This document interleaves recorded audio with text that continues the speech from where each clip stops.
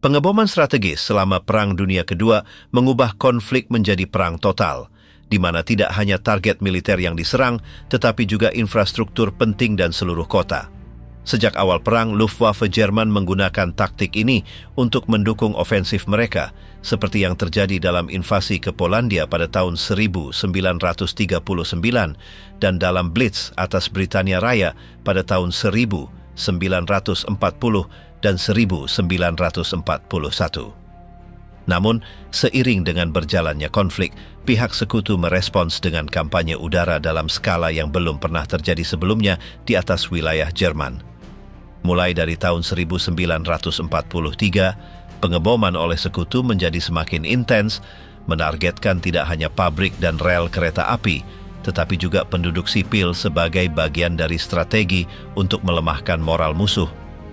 Operasi Gomorrah di Hamburg meninggalkan kota itu dalam kehancuran, sementara serangan terhadap Dresden pada tahun 1945 menjadi salah satu episode paling menghancurkan dalam konflik tersebut. Berlin, Nuremberg, dan München juga menjadi sasaran ofensif yang mengubah jalannya perang. Bagaimana pengeboman-pengeboman ini dilakukan dan apa yang mereka tinggalkan di belakang?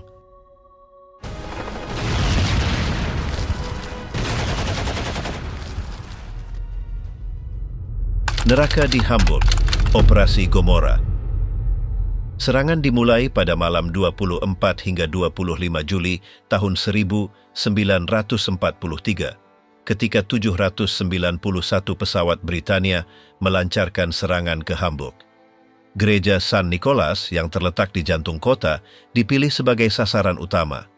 Namun sejumlah besar bahan peledak menghantam area yang lebih jauh, memperluas wilayah kehancuran secara signifikan.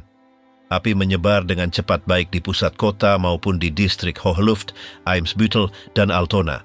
Beberapa wilayah pinggiran di barat laut juga terdampak.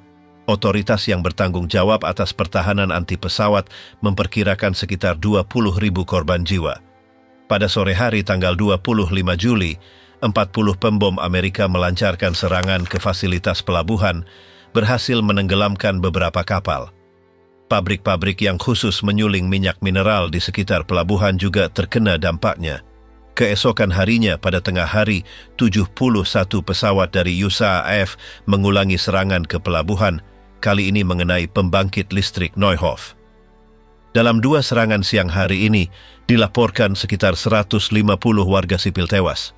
Serangan keempat dalam operasi Gomorrah terjadi antara malam 26 dan dini hari 27 Juli. Itu adalah serangan pengganggu yang melibatkan 6 pesawat Mosquito dari Britania, meskipun kerusakan material yang dihasilkan tergolong kecil. Serangan malam besar kedua dari RAF dilaksanakan pada 27 Juli tahun 1943 ketika 739 pesawat terlibat dalam pengeboman dahsyat terhadap distrik-distrik yang terletak di timur pusat kota. Api yang dihasilkan oleh ledakan ditambah kondisi cuaca yang tidak biasa memicu badai api. Angin kencang di permukaan tanah turut memperbesar kobaran api. Rothenburg Sort, Hammerbrook, dan Borgvelde nyaris hancur total. Api juga menyebabkan kerusakan besar di Hamm, Eilbeck, Hohenfelde, Barmbek, dan Wandsbek. Dalam serangan ini, sekitar 30.000 warga sipil kehilangan nyawa. Pengeboman besar ketiga terjadi pada malam 29 hingga 30 Juli tahun 1943. Total 726 pembom Britania menyerang Barmbek, Uhlenhorst, dan Winterhude. Meskipun terjadi kebakaran hebat, tidak muncul fenomena seperti yang terjadi pada 27 Juli. Meskipun Barmbek memiliki kepadatan penduduk dan bangunan yang mirip dengan Hammerbrook, kondisinya berbeda. Jumlah pasti korban jiwa tidak diketahui secara pasti, tetapi beberapa sumber memperkirakan sekitar 1.000 orang tewas. Malam 2 hingga 3 Agustus menandai serangan ke-7 dan terakhir dari Operasi Gomorrah. Untuk ofensif ini, RAF mengerahkan 740 pesawat. Hamburg dibom di tengah badai petir yang mempengaruhi akurasi serangan. Akibatnya, kerusakan menjadi menyebar dan kurang terarah. Banyak kebakaran terjadi, termasuk yang melahap gedung opera kota, namun tidak ada yang menyebar dengan intensitas sebesar pengeboman-pengeboman sebelumnya. Pengeboman menggabungkan penggunaan bahan peledak dan alat pembakar. Ledakan pertama menghancurkan atap dan langit-langit bangunan, memudahkan fosfor dari yang kedua menembus langsung ke bagian dalam rumah dan tangga. Struktur-struktur ini yang sebagian besar terbuat dari kayu, dengan cepat menyebarkan api hingga ke lantai bawah, yang menyebabkan bangunan terbakar habis sampai ke pondasinya. Setiap ofensif udara difokuskan pada satu zona spesifik di kota. Sebagai referensi visual, para pilot Britania menggunakan menara St. Nikolai Kirche yang tingginya mencapai 147,3 meter. Saat ini, sisa-sisa gereja tersebut masih berdiri sebagai monumen untuk mengenang kehancuran yang disebabkan oleh Operasi Gomorrah. Tempat pelindungan bawah tanah yang dirancang untuk melindungi warga sipil menawarkan keamanan yang semakin terbatas pada tahap akhir konflik. Seiring dengan berjalannya perang, bahan peledak yang digunakan semakin besar dan kuat, yang membuat struktur perlindungan sulit menahan dampaknya. Selain itu, jumlah kebakaran yang sangat besar menyebabkan kekurangan oksigen yang parah di dalam bunker, yang menyebabkan banyak orang yang terjebak di dalamnya mati lemas. Jumlah pasti korban Operasi Gomorrah masih belum diketahui secara pasti. Hingga tanggal 30 November tahun 1943, telah ditemukan 31.647 jenazah. Dari jumlah tersebut, 15.802 diantaranya berhasil diidentifikasi. Komando Pertahanan Anti Pesawat pada saat itu memperkirakan bahwa total korban tewas mencapai 35.000 jiwa. Penelitian yang lebih baru menunjukkan angka mendekati 34.000 orang tewas dan sekitar 150.000 orang terluka.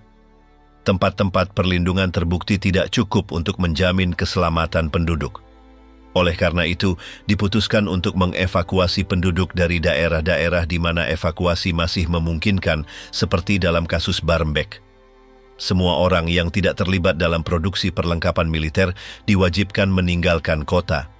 Sebagian besar anak-anak dipindahkan ke daerah pedesaan melalui program Kinderlandversichung guna menjauhkan mereka dari bahaya. Setelah serangan, sekitar 900.000 penduduk Hamburg harus mengungsi dan dipindahkan ke berbagai tempat, seperti Bavaria, wilayah yang sekarang merupakan Polandia, dan daerah-daerah di Jerman Timur. Dresden dalam api. Sejak musim semi tahun 1944, Dresden mengalami peningkatan frekuensi peringatan udara. Serangan pertama terjadi pada tanggal 24 Agustus ketika Pembom menargetkan kilang Renania-Osak di Freitalbirkik dan industri yang terletak di Dresden-Gittersee, salah satu ledakan mengenai distrik Dresden-Choschutz. Menurut laporan surat kabar Sächsische Zeitung, serangan ini menyebabkan 241 orang tewas.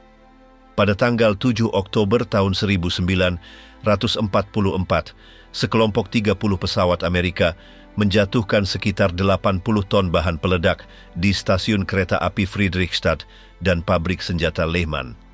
Target awal mereka adalah fasilitas pencairan batu bara di Brugg, sekarang Most, Republik Ceko. Tetapi karena gagal mencapainya, mereka mengalihkan serangan. Beberapa bom menghantam Siforstad di sebelah barat Altstadt, menyebabkan 312 orang meninggal dunia. Serangan baru tercatat pada tanggal 16 Januari tahun 1945. Kali ini, 133 pembom Amerika menjatuhkan sepanjang hari 279,8 ton bahan peledak dan 41,6 ton bom pembakar di stasiun Friedrichstadt. Selain itu, ledakan merusak wilayah Dresden-Leutbau dan Leutewitz. Sebagai akibat dari ofensif ini, 334 penduduk meninggal dunia. Serangan udara secara signifikan melemahkan pertahanan anti-pesawat kota. Di pangkalan Dresden-Klotzsche hanya tersisa 30 pesawat operasional, baik untuk tempur siang maupun malam dengan pasokan bahan bakar yang terbatas. Meskipun demikian, pada bulan yang sama, baterai anti-pesawat dipindahkan ke garis depan timur. Kondisi cuaca yang buruk membuat Amerika Serikat menyerahkan kepemimpinan serangan pertama kepada RAF Britania. Sebuah ofensif direncanakan dalam 2 fase yang dipisahkan oleh 3 jam. dengan tujuan agar serangan kedua mengenai tim penyelamat yang mencoba memadamkan kebakaran yang ditimbulkan oleh gelombang pertama. Secara paralel, kota-kota lain seperti Magdeburg, Nuremberg, Bonn, Berlin, dan Misburg juga akan diserang untuk membingungkan pasukan Jerman. Pada pukul 5:20 sore, tanggal 13 Februari tahun 1945, satu skuadron Avro Lancasters lepas landas dari Britania Raya menuju Dresden, menempuh jarak lebih dari 1.100 km. Misi mereka adalah menerangi kota dengan suar magnesium yang dijatuhkan menggunakan parasut yang oleh Jerman disebut sebagai pohon Natal. Pesawat-pesawat ini, yang dikenal sebagai Pathfinder, menandai zona sasaran untuk para pembom berikutnya. Setelah itu, beberapa de Havilland Mosquito lepas landas dengan tugas menandai titik-titik strategis menggunakan penanda seberat 1.000 pon. Alat-alat ini memancarkan cahaya merah terang, berfungsi sebagai panduan bagi para pembom. Zona target ditetapkan di Stadion Heinz Steyr di barat laut pusat kota. Akhirnya, kekuatan utama ofensif yang disebut Playtrack berangkat, terdiri dari 254 Lancaster yang membawa 500 ton bahan peledak dan 375 ton bahan pembakar. Secara total, mereka memuat 200.000 perangkat pembakar dan bom seberat antara 500 hingga 4.000 pon, termasuk blockbuster seberat 2 ton yang mampu menghancurkan seluruh blok bangunan. Pesawat-pesawat itu memasuki wilayah udara Prancis dengan menyeberangi Sungai Somme dan kemudian masuk ke Jerman melalui wilayah utara Köln. Pada pukul 10 malam, unit yang menuju Berlin memisahkan diri dari konvoi utama. Saat itu, 10 Lancaster telah mengalami kerusakan yang menghalangi mereka untuk melanjutkan, menyisakan 244 pesawat dalam perjalanan menuju Dresden yang dikenal sebagai Florence die Elbe. Pada pukul 9:51 malam di hari Selasa Karnaval, tanggal 13 Februari tahun 1945, Dresden kembali mendengar siren peringatan udara yang ke-175 sejak perang dimulai. Malam itu cerah, tanpa awan. Warga bergegas mencari perlindungan menuju ke ruang bawah tanah rumah atau ke beberapa bunker yang masih tersedia. Sekitar pukul 10:03 malam, pembom Pathfinder Britania menerangi pusat kota dengan suar mereka. 2 menit kemudian, 9 Mosquito menandai target dengan sinyal merah di atas stadion. Pada pukul 10:14 malam, bom-bom pertama menghantam kota. Hanya dalam 8 menit, pesawat-pesawat Lancaster menjatuhkan persenjataan mereka ke arah barat daya dari titik yang telah ditandai, mencakup area berbentuk kipas seluas 45 derajat, dari tikungan Sungai Elba hingga ke kawasan industri Ostragehege dan stasiun kereta pusat yang terletak 2,5 km ke selatan.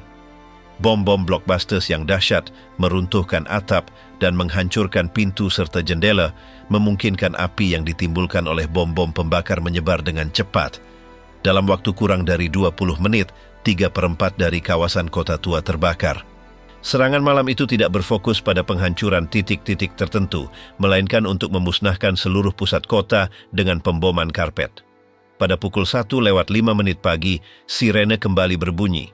Tanpa pasokan listrik, alarm manual digunakan.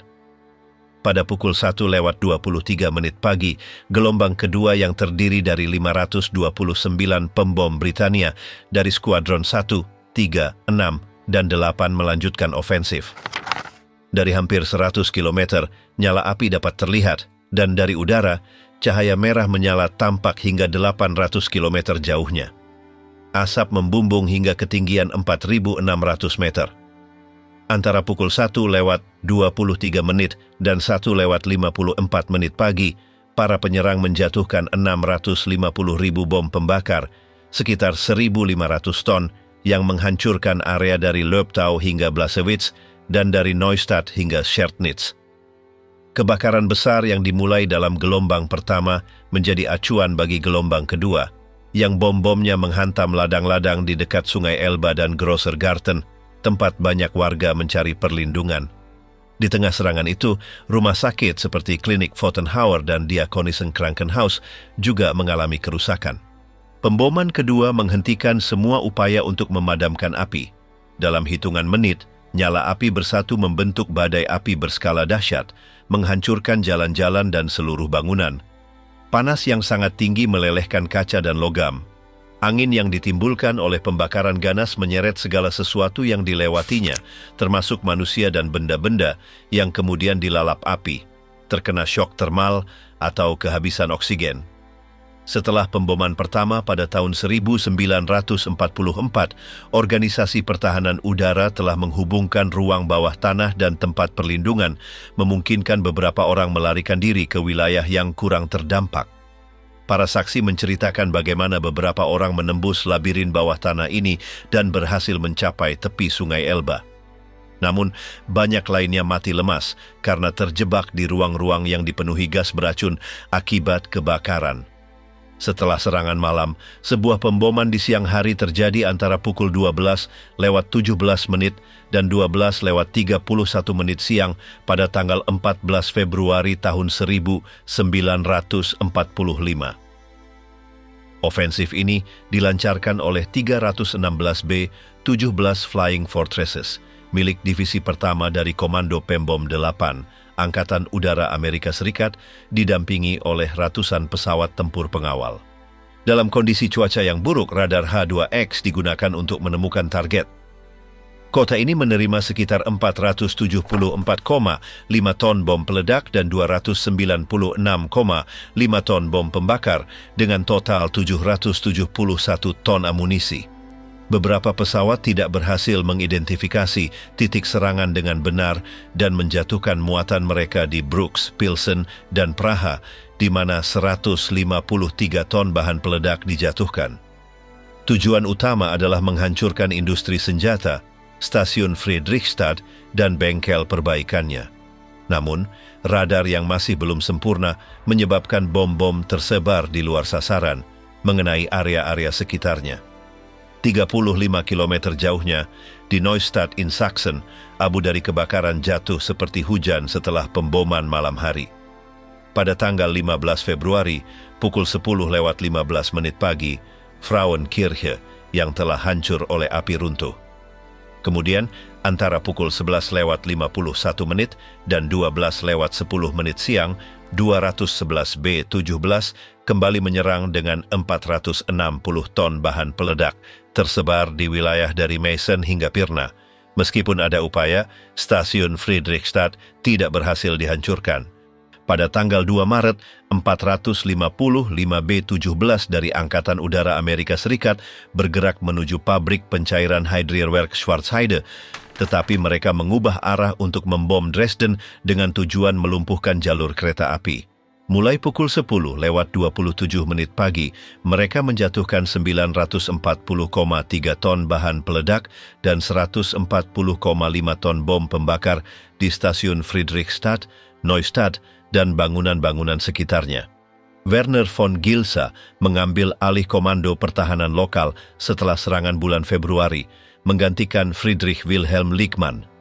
Markas besarnya didirikan di Istana Taschenberg, kemudian dipindahkan ke Kamp Albertstadt. Ia memerintahkan penggunaan gudang bahan makanan dan sumber daya medis milik Luftwaffe di Nikern untuk membantu para korban. Selain itu, ia mengoordinasikan kedatangan para pengungsi dan mengatur kembali para tentara yang sedang cuti atau luka ringan untuk membentuk satuan baru. Pada tanggal 10 April, Gauleiter Mutschmann memerintahkan pembangunan ruang kelas sementara untuk para pelajar dan tempat perlindungan di teras Brühl. Pemboman terakhir terjadi pada tanggal 17 April dengan 572 pesawat dari Angkatan Udara ke-8 Amerika Serikat.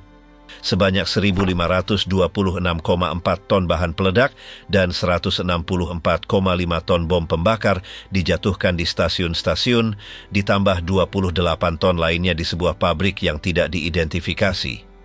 Ofensif ini secara definitif menghentikan lalu lintas kereta api di kota.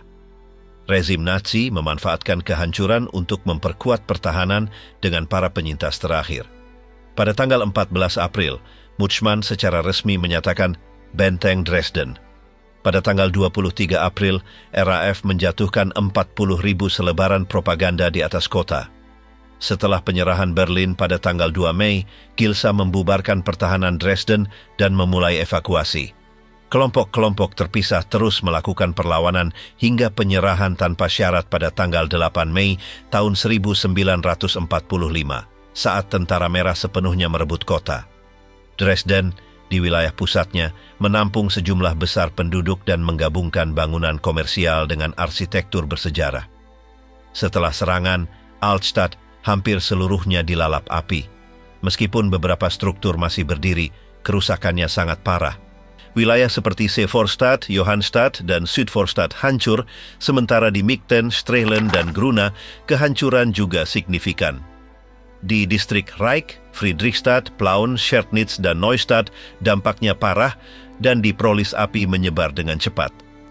Di sepanjang Schandauer dan Bodenbacher Straße, sekitar 800 bangunan yang menampung sekitar 7.000 rumah, serta bengkel dan pabrik, hancur menjadi puing. Pemboman menyebabkan hilangnya bangunan-bangunan penting dari periode barok akhir, seperti Semperoper, Frauenkirche, Istana, dan Sophiekirche. Bertahun-tahun kemudian, di bawah pemerintahan Jerman Timur, beberapa struktur yang rusak dihancurkan, meskipun beberapa reruntuhan dipertahankan sebagai pengingat bencana tersebut. Meskipun serangan malam hari tidak secara spesifik menargetkan industri persenjataan, hampir 70% sektor manufaktur kota hancur.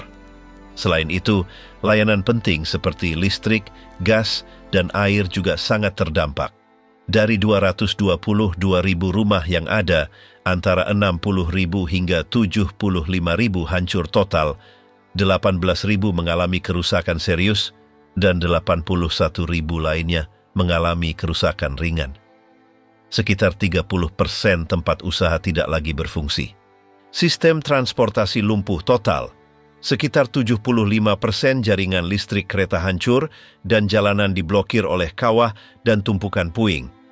Semua jembatan di atas sungai Elba mengalami kerusakan berat. Meskipun aktivitas kereta api mulai pulih sebagian dalam waktu 2 minggu, transportasi pasukan dapat dilanjutkan dalam beberapa hari. Banyak pabrik berhenti beroperasi karena kehancuran fasilitas, kekurangan tenaga kerja, atau ketidakmampuan untuk menerima pasokan. Pada bulan Maret tahun 1545, hanya 6 pabrik yang masih aktif. Rumah pemotongan hewan di Ostragehege memulai kembali operasinya pada tanggal 19 Februari, sementara toko roti di Rosenstrasse kembali beroperasi pada bulan Maret. Pada waktu yang sama, sekitar 4.000 orang masih tinggal di pusat kota. Titik distribusi makanan didirikan meskipun pasokan segera menipis. Hingga bulan April, bantuan publik belum menangani para korban. Kota ini, tanpa cukup pejabat atau fasilitas yang berfungsi, tidak mampu menangani krisis secara efektif. Sejak akhir konflik, jumlah korban tewas dalam pemboman Dresden menjadi objek kajian para sejarawan. Sulit untuk menentukan angka pasti karena meskipun pada tahun 1939 populasi berjumlah 642.000 jiwa, pada saat serangan udara kota ini menampung sekitar 200.000 pengungsi dan ribuan tentara yang terluka. Pengeboman atas Berlin, ofensif yang tidak tuntas. Kampanye udara terhadap Berlin, yang juga dikenal sebagai ofensif pengeboman atas ibu kota Jerman atau pertempuran udara Berlin, terdiri dari serangkaian serangan yang dilakukan oleh Angkatan Udara Kerajaan Britania, RAF, dan Angkatan Udara Tentara Amerika Serikat, USAAF. Pengepungan ini, yang berlangsung antara bulan November tahun 1943 dan Maret tahun 1944, bertujuan untuk memaksa Jerman menyerah dan mengakhiri Perang Dunia Kedua tanpa perlu melakukan invasi darat. Namun strategi ini gagal. Arthur Harris, 1882-1984, Kepala Komando Pembom RAF, mendapat dukungan dari tingkat tertinggi untuk melancarkan serangan malam secara masif terhadap pabrik-pabrik dan pusat-pusat industri di wilayah Jerman. Sebelum ofensif atas Berlin dimulai, baik RAF maupun USAAF telah melakukan operasi gabungan terhadap target strategis seperti kawasan industri Ruhr, pertempuran Ruhr, Maret-Juli tahun 1943, dan Hamburg yang mengalami kerusakan besar selama operasi Gomorrah, Juli-Agustus pada tahun yang sama. Dalam serangan-serangan tersebut, RAF biasanya beroperasi di malam hari, sementara USAAF melancarkan serangan di siang hari. Pada pertengahan tahun 1943, para pemimpin sekutu mulai fokus pada perencanaan invasi ke benua Eropa. Pada bulan Juni mereka mengeluarkan Direktif Point Blank yang tujuan utamanya adalah untuk melemahkan produksi pesawat tempur Jerman yang dapat menjadi ancaman dalam ofensif darat mendatang yang direncanakan berlangsung pada musim panas berikutnya di Normandia, Operasi Overlord. Untuk memastikan keberhasilan invasi tersebut sangat penting untuk menguasai langit. Namun, Harris meragukan efektivitas pengeboman selektif terhadap instalasi penting seperti pabrik senjata. Keraguannya tercermin dalam serangan-serangan USAAF atas Schweinfurt dan Regensburg. Pada bulan Agustus tahun 1943, upaya pertama USAAF di Schweinfurt gagal menghancurkan pabrik bantalan strategis dan mengalami kerugian besar dalam jumlah pesawat. Namun pada bulan Oktober, serangan baru memberikan hasil yang lebih baik. Berlin menjadi tempat bagi industri militer yang penting yang membuat Harris mengusulkan taktik pengeboman yang lebih umum, alih-alih menyerang titik-titik tertentu. Selain itu, kota ini memainkan peran penting dalam sistem transportasi dan merupakan simbol utama kekuatan Jerman. Komandan Britania itu meyakini bahwa serangkaian serangan udara besar-besaran atas Berlin dapat memaksa Jerman untuk menyerah, sehingga tidak perlu dilakukan kampanye darat yang mahal dan berkepanjangan. Namun, rencana ini memiliki beberapa kelemahan. Berlin secara signifikan lebih luas dibandingkan kota-kota lain yang sebelumnya diserang, yang berarti dibutuhkan pengeboman terus-menerus untuk menghasilkan kerusakan yang berarti. Menyadari hal ini, Harris meminta armada sebanyak 6.000 pembom, tetapi jumlah itu tidak pernah tersedia. Pada titik tertingginya, RAF dan USAAF secara gabungan hanya memiliki sekitar 3.000 pesawat pembom. Selain itu, pertahanan udara Berlin sangat kuat dengan lebih dari 100 baterai anti pesawat melindungi kota. Sejarawan M. Hastings menggambarkan Berlin sebagai kompleks perkotaan industri paling luas dan paling terlindungi di Eropa. Menurut R. Neylands, ibu kota Jerman menghadirkan tantangan besar bagi para penyerang. Lokasinya yang jauh di dalam wilayah musuh, kedekatannya dengan perbatasan timur, dan ukurannya yang besar menyulitkan navigasi serta identifikasi target secara spesifik. Salah satu kendala terbesar pada tahun 1943 adalah jangkauan operasional pesawat tempur sekutu yang tidak memadai, sehingga mereka tidak dapat mengawal pembom hingga ke target paling dalam di wilayah Jerman. Faktor kunci lainnya adalah bahwa kampanye-kampanye sebelumnya, seperti serangan 1.000 pesawat ke Köln pada tahun 1942, gagal melemahkan moral penduduk meskipun jumlah korban sangat besar dan kerusakan meluas. Hal ini telah terlihat ketika Jerman menyerang kota-kota Inggris dan London di awal konflik. Bahkan jika penduduk Jerman menjadi putus asa, kendali ketat negara totaliter membuat kecil kemungkinan mereka dapat memengaruhi keputusan politik. Meskipun menghadapi tantangan ini, staf gabungan menyetujui strategi Harris dan memberi izin untuk pengerahan pembom ke Berlin. USAAF yang memprioritaskan target seperti infrastruktur minyak Jerman baru bergabung dalam serangan-serangan di tahap akhir ofensif. Sebagai akibatnya, RAF melancarkan sebagian besar serangan secara mandiri dengan keyakinan bahwa ofensif udaranya akan menaklukkan kota yang dijuluki Big B. Pesawat paling kuat milik RAF adalah Lancaster, sebuah pembom bermesin 4 dengan kapasitas membawa hingga 6.350 kg bahan peledak. Model lain yang juga digunakan termasuk Halifax dan Stirling. Untuk membingungkan pesawat tempur musuh, pembom di Havilland Mosquito dikerahkan yang dapat membawa hingga 1.814 kg bom dan melakukan serangan pengalihan. Di sisi lain, Yosaf menggunakan B-17 Flying Fortress dengan kapasitas muatan 2.722 kg dan B-24 Liberator. Serangan pertama atas Berlin terjadi antara akhir bulan Agustus dan awal bulan September tahun 1943. Secara total, 1.647 pembom ambil bagian dalam serangan-serangan tersebut, tetapi 126 diantaranya ditembak jatuh oleh pesawat tempur musuh seperti Messerschmitt Bf 109 atau oleh artileri anti-pesawat. Rute menuju ibu kota Jerman juga merupakan tantangan dan berbagai hambatan menambah jumlah kerugian. Dengan tingkat kerugian sebesar 7,7%, ofensif dianggap tidak layak untuk dilanjutkan, sehingga operasi ditangguhkan sampai malam hari menjadi lebih panjang karena kegelapan memberikan perlindungan lebih bagi pembom yang lamban. Pada tanggal 18 November, serangan dilanjutkan kembali. Kali ini sebuah manuver pengalihan disusun di titik-titik lain, memungkinkan bahwa dari 444 pembom yang dikirim, hanya 9 yang ditembak jatuh. Hingga bulan November, 3 ofensif tambahan dilakukan. Pada bulan Desember, kampanye berlanjut dengan 4 serangan lagi, sementara Harris tetap bersikeras menjalankan rencananya untuk menundukkan Berlin. Selama operasi-operasi ini, tingkat kerugian pesawat berkisar sekitar 5%, tetapi awan tebal yang terus-menerus menyulitkan akurasi pengeboman. Seringkali, pesawat pengintai gagal memastikan sejauh mana kehancuran yang telah ditimbulkan. Kondisi cuaca bisa menjadi penghalang bahkan sebelum mencapai target.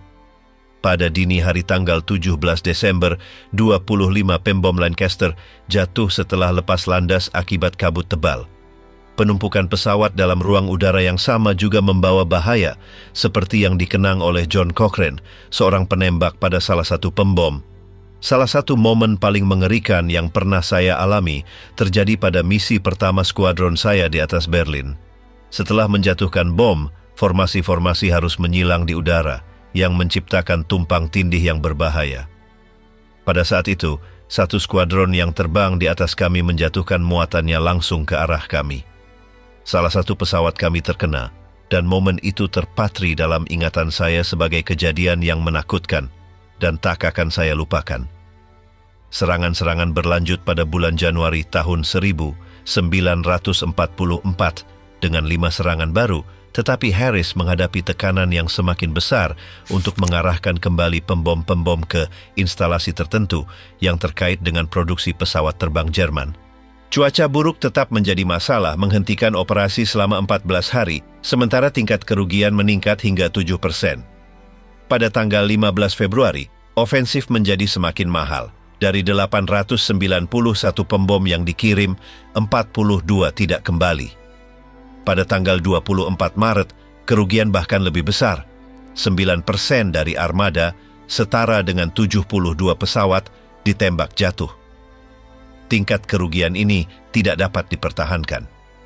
RAF beroperasi dengan sekitar 900 pembom aktif, dan jika kerugian melebihi 6%, kemungkinan kru menyelesaikan 30 misi tanpa ditembak jatuh menjadi hampir mustahil. Selain itu, mengganti baik pesawat maupun personel terlatih menjadi semakin sulit. Jerman, meskipun telah mengalami kerusakan besar, tidak menunjukkan tanda-tanda akan menyerah.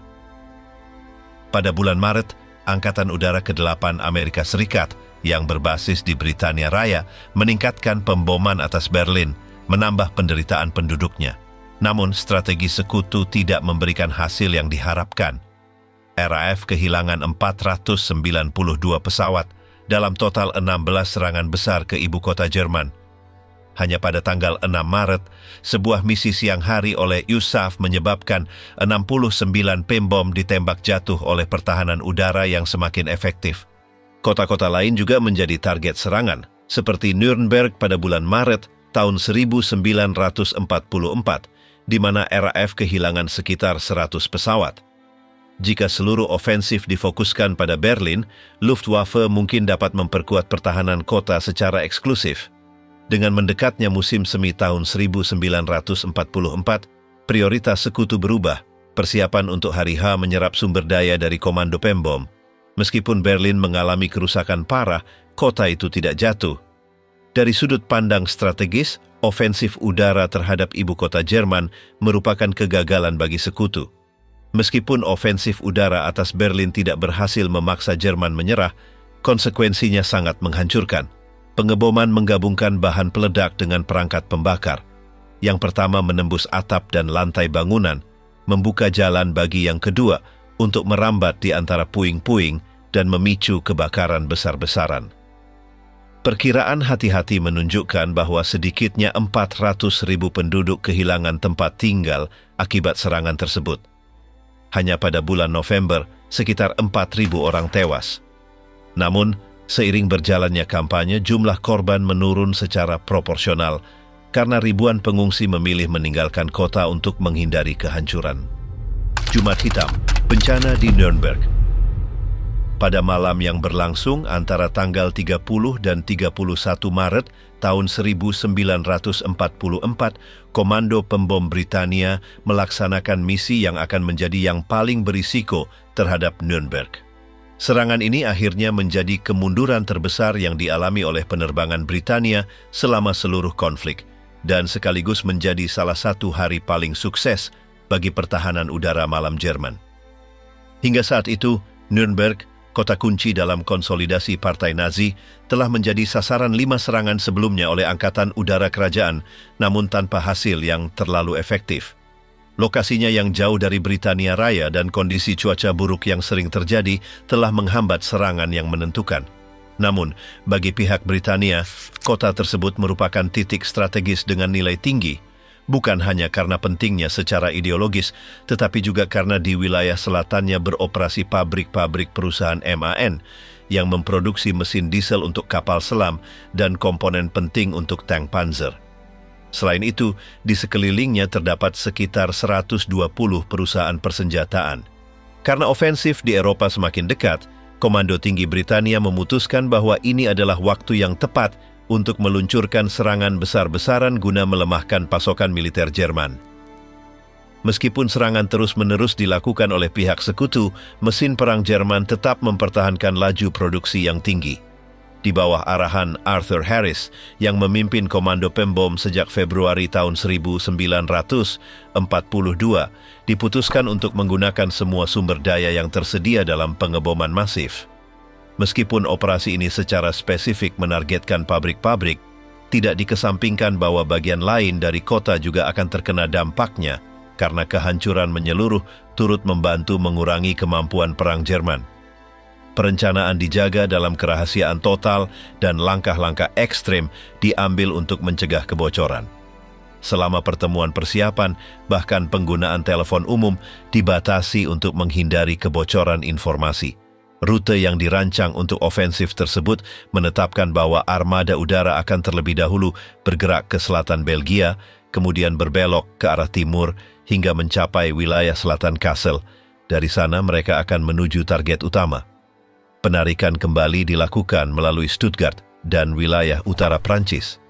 Bagian akhir ini merupakan yang paling berbahaya karena melewati daerah yang dijaga ketat oleh pesawat tempur malam Jerman yang hampir pasti berada dalam siaga penuh. Salah satu elemen kunci untuk keberhasilan operasi ini adalah strategi pengalihan. Beberapa unit, kebanyakan pesawat Mosquito yang berspesialisasi dalam penandaan target, serta 50 Halifax diperintahkan untuk bergerak ke utara guna mengecoh pertahanan Jerman tentang tujuan sebenarnya dari misi. Secara keseluruhan, Komando Pembom mengumpulkan 58 skuadron Pembom dan 9 pesawat Mosquito, membentuk kekuatan mengesankan sebanyak 795 pesawat. Dari jumlah ini, 572 adalah Lancaster dan 214 adalah Halifax. Tidak pernah sebelumnya maupun sesudahnya dalam perang, kontingen udara sebesar ini dikerahkan terhadap Nuremberg. Lepas landas dimulai pada pukul 8 malam tanggal 30 Maret tahun 1944. Rencana menetapkan bahwa antara pukul 1:05 dan 1:22 target akan ditandai. Kemudian serangan dilaksanakan selama 12 menit berikutnya. Untuk mengurangi deteksi radar, ketinggian penerbangan dihitung dengan sangat hati-hati. Saat meninggalkan pantai Britania, armada udara akan tetap berada pada ketinggian 600 meter, lalu secara bertahap naik hingga 2.400 meter saat melintasi Belgia. Dari titik itu, pendakian berlanjut sampai mencapai antara 6.000 dan 6.500 meter pada saat pengeboman. Kecepatan yang direncanakan untuk serangan adalah 250 km per jam. meningkat menjadi 300 km per jam selama perjalanan kembali. Selain itu, perakiraan cuaca menunjukkan kondisi akan menguntungkan di zona target yang memperkuat keyakinan atas keberhasilan misi. Malam itu direncanakan sekitar 3.000 ton bom menghantam sasaran yang ditentukan. Dari total tersebut, 1.176 ton adalah bom pembakar, sementara 900 terdiri dari bahan peledak berkekuatan tinggi. Namun, masalah segera muncul. Pesawat Mosquito yang bertugas melakukan penilaian awal tidak mendeteksi bahwa di Belgia kondisi cuaca tidak bersahabat. Formasi seharusnya terbang di bawah langit cerah dengan bulan purnama, tanpa tutupan awan seperti yang diharapkan. Meskipun demikian, para pembom tetap melaju dengan kecepatan konstan di wilayah musuh. Di pihak lawan, pengendali Luftwaffe tidak tertipu. Ketika pembom pertama terkena tembakan anti pesawat dekat Liege, Jerman menyimpulkan bahwa formasi sepadat itu hanya bisa menuju ke arah timur. Mereka segera membunyikan alarm untuk seluruh skuadron tempur malam. Para pilot Britania segera menyadari efisiensi lawan mereka. Di segmen 72 km antara perbatasan Jerman dan Sungai Rhein, RAF kehilangan 10 pesawat Lancaster, 2 Halifax dan 2 lainnya mengalami kerusakan parah. Misi ini baru saja dimulai. Situasi menjadi semakin suram akibat fenomena tak terduga. Biasanya jejak kondensasi muncul di atas 7.600 meter, tetapi kali ini mulai terbentuk antara 5.700 dan 6.000 meter, tepat di ketinggian pesawat pembom Britania. Bulan purnama meneranginya, menjadikan mereka sasaran empuk. Sementara itu, sekutu tidak mengetahui bahwa Luftwaffe telah melengkapi pesawat tempurnya dengan sistem inovatif. 2 meriam 20 mm dipasang dengan sudut 80 derajat pada badan pesawat. Ini memungkinkan para pilot menyerang dari bawah tanpa terdeteksi oleh penembak pembom. Mereka menembaki mesin bagian dalam tempat tangki bahan bakar berada. Metode baru ini terbukti menghancurkan. Dalam satu misi, 2 kru Luftwaffe menghancurkan 4 pembom hanya dengan 56 peluru. Sementara itu, jagoan Jerman Martin Becker, yang pada akhir perang mencatat 58 pesawat musuh yang ditembak jatuh, menembak jatuh 6 pesawat hanya dalam 30 menit di wilayah Ruhr. Ketika formasi mencapai titik belok di selatan, mereka telah kehilangan 41 Lancaster dan 18 Halifax hanya dalam waktu 1 jam. RAF belum pernah mengalami kerugian sebanyak ini dalam waktu sesingkat itu. Masih tersisa sekitar 20 menit menuju target ketika beberapa pembom membuat kesalahan fatal, berbelok terlalu dini dan pada ketinggian yang lebih rendah dari rencana. Pesawat tempur Jerman memanfaatkan kekacauan tersebut dan menembak jatuh 10 lagi. 45 km dari tujuan, situasi memburuk. Lapisan awan tebal dengan ketinggian antara 600 dan 3.500 meter mengaburkan pandangan. Beberapa penanda target kehilangan orientasi dan malah menyerang permukiman yang salah. Selama fase ini, 39 pembom dihancurkan saat mendekati dan berada di atas zona serangan. Saat pengeboman dimulai, pasukan penyerang telah kehilangan 79 pesawat akibat pesawat tempur musuh dan 82 secara total, termasuk yang ditembak oleh artileri anti pesawat. Dari seluruh kru yang ditembak jatuh, hanya 1 yang berhasil selamat. Terlepas dari kerugian, 512 pesawat berhasil menjatuhkan bom mereka, namun tanpa efektivitas. Saat kembali, pasukan Britania menghadapi angin berlawanan yang memperlambat kecepatan pesawat dan menyulitkan pengejaran oleh pesawat tempur Jerman. Namun, Luftwaffe terus menimbulkan kerusakan. 3 pesawat ditembak jatuh sebelum meninggalkan wilayah Jerman, sementara 7 lainnya jatuh di dekat kanal. Di antara mereka adalah pesawat terakhir yang ditembak jatuh oleh Becker dalam misi itu, yang mengejar pembom sampai hampir kehabisan bahan bakar. Saat mencapai pesisir Britania, 2 pesawat lagi terkena tembakan anti pesawat. Saat operasi berakhir, hasilnya sangatlah buruk bagi RAF. 109 pesawat hilang, dari jumlah tersebut 96 hancur dalam pertempuran dan 10 jatuh tanpa kemungkinan perbaikan. Biaya manusia pun menghancurkan, 545 awak tewas dan 160 ditawan sebagai tawanan perang. Satu fakta mengejutkan dari misi itu adalah bahwa dalam satu hari saja, Angkatan Udara Kerajaan kehilangan lebih banyak awak dibandingkan dengan seluruh pertempuran Inggris. Sebaliknya, pesawat tempur malam Jerman hanya kehilangan 10 pesawat dan hanya 11 pilot, mereka tewas dalam pertempuran. Dampak nyata di Nuremberg sangat kecil dalam hal strategis. Ada 133 korban jiwa, di antaranya 72 berada di dalam kota. Kerusakan mencakup 198 rumah dan 96 fasilitas industri mengalami kerusakan dalam berbagai tingkat. Namun dalam waktu hanya 2 minggu, produksi industri kembali berjalan normal. Bagi pesawat tempur malam Luftwaffe, operasi itu adalah yang paling sukses sepanjang perang. Hampir semua pilot berhasil menembak jatuh setidaknya satu musuh. Martin Drewes, yang akan mengakhiri perang dengan 52 kemenangan, menambah 3 dalam misi itu. Rudolf Frank, yang tewas dalam pertempuran kurang dari 1 bulan kemudian, mencapai total 45 kemenangan. 3 di antaranya terjadi pada malam itu.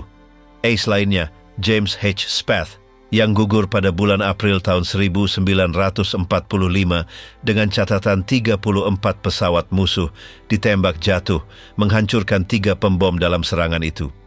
Sementara itu, seorang pilot lain yang akan menutup perang dengan 25 pesawat musuh dihancurkan, mencetak 4 kemenangan hanya dalam 26 menit, termasuk 2 di wilayah Nuremberg. Namun, keberhasilan terbesar hari itu diraih oleh Martin Becker yang dari pesawat Bf-110G4 miliknya mencetak rekor dengan menembak jatuh 27 pesawat. Hasilnya sangat menghancurkan bagi Komando Pengeboman Britania. Kritik terhadap Arthur Harris dan strateginya langsung bermunculan. Dampak pembantaian itu begitu besar hingga RAF membutuhkan waktu 7 bulan untuk kembali menyerang Nuremberg. Sementara bagi Jerman hari itu dikenang sebagai kemenangan terbesar mereka. Dalam sejarah RAF dikenang sebagai Jumat Hitam yang tragis. Langit yang membara, serangan terhadap München. Setelah serangan bencana dari Amerika Serikat pada tanggal 6 Maret tahun 1944, menjadi jelas bahwa meskipun melemah, Luftwaffe tetap menjadi ancaman yang signifikan. Untuk melawan kekuatannya, Komando Tinggi Sekutu merancang ofensif agresif dengan tujuan untuk melemahkan produksi senjata Jerman dan membatasi operasional pesawat tempur mereka melalui pengeboman besar-besaran terhadap pangkalan udara. Pada tanggal 15 April tahun itu, Angkatan Udara ke-8 melancarkan serangan berskala besar. Dalam misi tersebut, sebanyak 616 pesawat tempur P-38, P-47, dan P-51 berpartisipasi, dengan sasaran utama adalah pangkalan udara yang terletak di wilayah tengah dan selatan Jerman. Secara keseluruhan, 8 lapangan udara dibom, termasuk Hagenau, sebuah instalasi kategori A. Namun, operasi ini membawa biaya tinggi bagi penerbangan tempur Amerika Serikat. Misi ini menghasilkan kehilangan terbesar dari pesawat-pesawat ini dalam 1 hari selama seluruh perang. Secara total, 33 pesawat tempur ditembak jatuh, termasuk 15 P-51. Sebagai imbalan, mereka berhasil menghancurkan 25 pesawat musuh di darat, 5 di antaranya adalah pembom berat H-177. Rasio antara kerugian dan kerusakan yang ditimbulkan jelas tidak menguntungkan bagi pihak Amerika. Akibat dari hasil ini, selama 2 hari tidak dilakukan operasi besar. Baru pada tanggal 18 April, kekuatan yang terdiri dari lebih dari 700 pembom dikawal oleh 600 pesawat tempur melancarkan serangan sukses terhadap beberapa pabrik pesawat yang terletak di selatan Jerman. Dalam ofensif ini, Angkatan Udara ke-8 hanya kehilangan 19 pembom dan 5 pesawat tempur yang membuat Komando Amerika yakin bahwa keseimbangan mulai condong ke pihak mereka. Dalam hari-hari berikutnya, upaya difokuskan pada sasaran yang terletak di Prancis sebagai persiapan untuk hari H. Di antara rencana strategis, terdapat operasi besar terhadap München, di mana diketahui terdapat pangkalan udara penting dan pabrik-pabrik vital bagi Luftwaffe. Meskipun berada di bawah tekanan besar dari sekutu, industri Jerman masih mempertahankan produksi lebih dari 100 pesawat per bulan. Serangan dijadwalkan pada tanggal 24 April tahun 1944. Untuk melaksanakannya, Angkatan Udara ke-8 mengerahkan 754 pembom dan 867 pesawat tempur. 3 divisi pengeboman diperintahkan untuk menyerang pangkalan udara dan fasilitas industri di München, Freising, Erling, Gablingen, dan Leipheim, di antara yang lainnya. Salah satu sasaran terpenting adalah Kompleks Dornier di Oberpfaffenhofen, tempat diproduksinya pesawat tempur Do-335. Juga direncanakan ofensif terhadap Lechfeld, tempat pesawat jet canggih Me-262 ditempatkan, selain sebuah pabrik utama dalam produksi mesin jet. Salah satu masalah utama adalah cakupan pengawalan. Pesawat tempur P-47 dan Spitfire tidak memiliki jangkauan cukup untuk menjamin perlindungan sepanjang perjalanan. Hanya 5 skuadron P-51 yang dapat mencakup rute dari Stuttgart ke München kembali melalui Frankfurt. Untuk memaksimalkan keamanan, pengawalan udara dilakukan secara bertahap dan dibagi ke dalam sektor-sektor yang berbeda. Di pihak Jerman, pertahanan Luftflotte Reich terdiri dari kelompok tempur JJ-1, 3, 5, 11, 27, 53, dan 106, selain satu unit dari JJ-301 bersama elemen dari skuadron ZJ-26 dan ZJ-76. Juga ditambahkan satu detasmen sementara dari sayap ketiga JJ-26 milik Luftflotte 3. Secara total, lebih dari 275 pesawat tempur bermesin tunggal dan 40 pesawat bermesin ganda siap untuk pertahanan. Model yang paling banyak hadir di wilayah München adalah Bf-109G6, meskipun beberapa unit Bf-109G5 juga beroperasi. Selain itu, satu kekuatan eksperimental pembom serbu terdiri dari FW-190A7 yang bersenjata lengkap dan berlapis baja disiapkan untuk pertempuran. Ditambah lagi sekitar 25 Mi 110G, 2 dan 12 Mi 410A1. Rute serangan yang dipilih adalah yang paling langsung, tetapi juga paling berbahaya. Para pembom sekutu harus melintasi koridor yang dijaga ketat oleh baterai anti-pesawat yang membentang dari Augsburgo hingga München. Setelah itu, mereka akan berbelok ke utara dan barat untuk mencapai target mereka di utara Danau Konstanza, menghadapi tirai api anti-pesawat yang padat antara München dan Mannheim. Sejak akhir tahun 1942, Distrik Udara 7 yang berbasis di München Südgarn telah dilengkapi dengan 18 radar canggih VMG-65 Telefunken yang terintegrasi ke dalam baterai anti-pesawat 128 mm.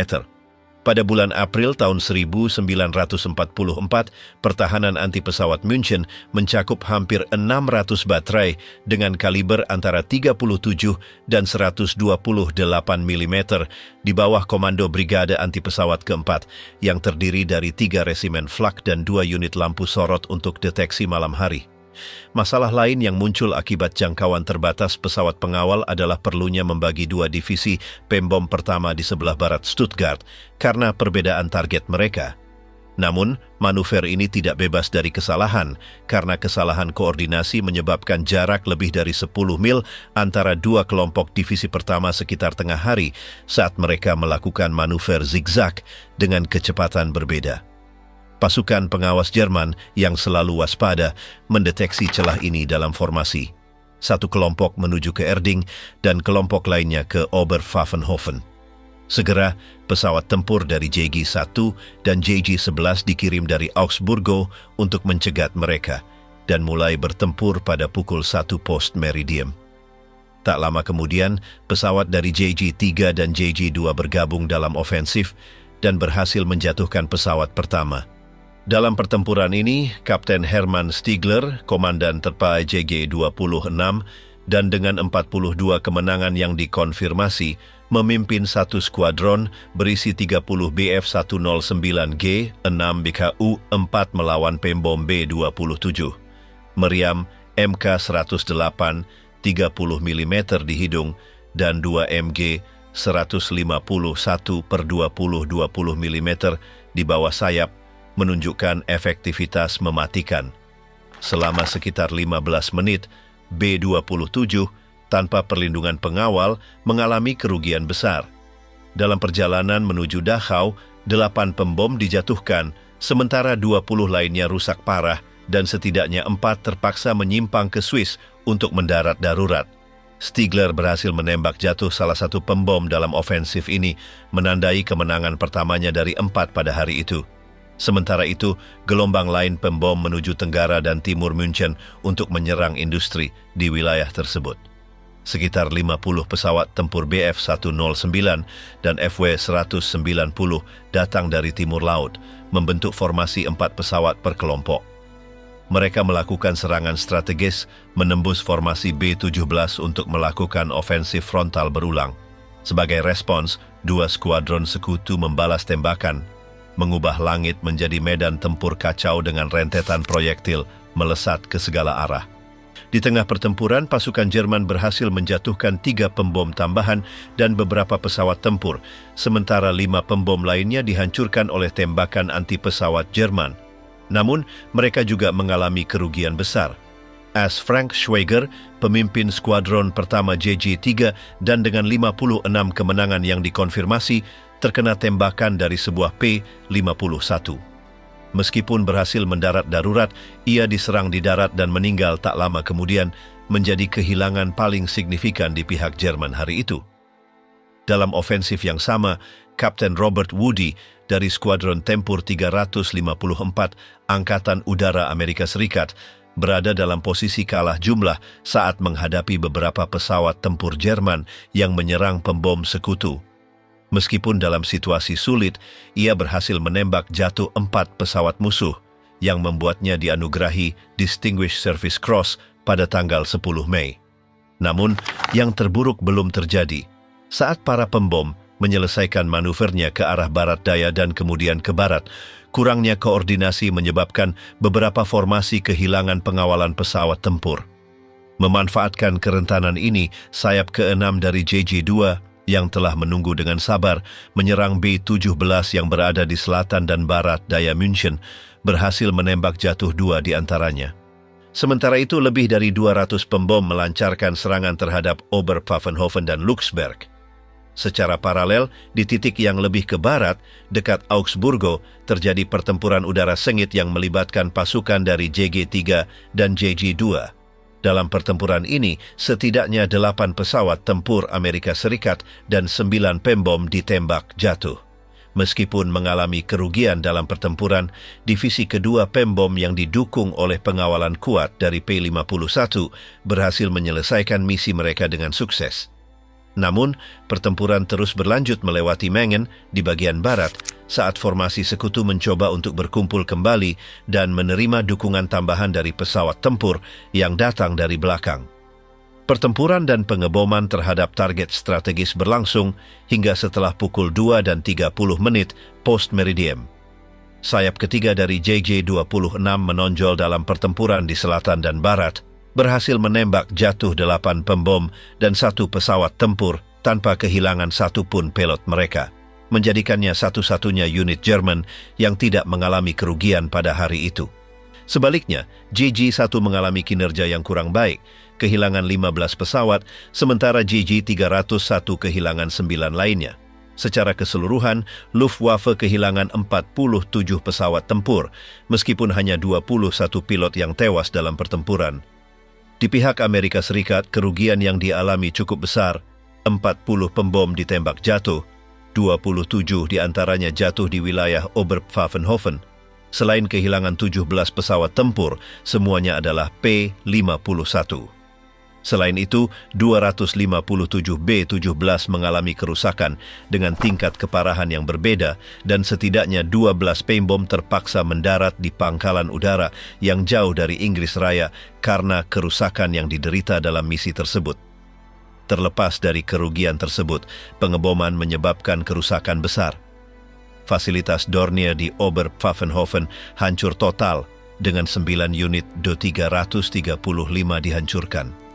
Di Erling, grup pembom ke-350 berhasil menghancurkan 3 hanggar utama di pangkalan tersebut, yang menyebabkan fasilitas itu tidak dapat digunakan selama lebih dari 1 bulan. Di sisi lain, pangkalan udara Grill dekat Augsburgo mengalami kerusakan parah, diperkirakan sebesar 50% dari kapasitas operasionalnya. Dalam serangan ini, rumah komandan lapangan terkena dampaknya, menyebabkan kematian keempat anaknya. Sementara itu, di Leber, 8 barak dihancurkan sepenuhnya oleh pengeboman. Menurut catatan Jerman, lebih dari 50 pesawat di darat dihancurkan, sebagian besar adalah pembom berukuran sedang. Terlepas dari dampak terhadap beberapa pabrik, produksi industri Jerman tetap stabil, kecuali dalam kasus Do 335 yang produksinya mengalami pukulan signifikan akibat besarnya kerusakan. Pemboman strategis oleh sekutu terhadap Jerman Nazi bertujuan untuk melemahkan kapasitas industrinya dan memengaruhi moral penduduk. Sejak operasi Gomorrah di Hamburg pada tahun 1943 hingga kehancuran Dresden pada tahun 1945, kota-kota utama di Jerman menjadi sasaran serangan udara besar-besaran. Berlin, Nuremberg, dan München juga mengalami ofensif yang menghancurkan pabrik-pabrik, jalur kereta api, dan kawasan permukiman. Meskipun mengalami kehancuran, mesin perang Jerman tetap beroperasi hingga bulan-bulan terakhir perang. Pertahanan anti-udara berusaha untuk merespons, tetapi superioritas udara sekutu membuat mustahil untuk menghentikan serangan. Jutaan orang mengungsi dan ratusan ribu meninggal dalam pemboman atau akibat dari konsekuensinya, seperti kekurangan tempat berlindung dan pasokan. Meskipun serangan-serangan ini tidak langsung menyebabkan penyerahan, mereka berkontribusi terhadap runtuhnya infrastruktur Reich ketiga dan kejatuhan Jerman pada bulan Mei tahun 1945. Pada saat yang sama, mereka meninggalkan warisan kehancuran yang menandai sejarah perang dan memunculkan perdebatan mengenai dampak pemboman terhadap penduduk sipil.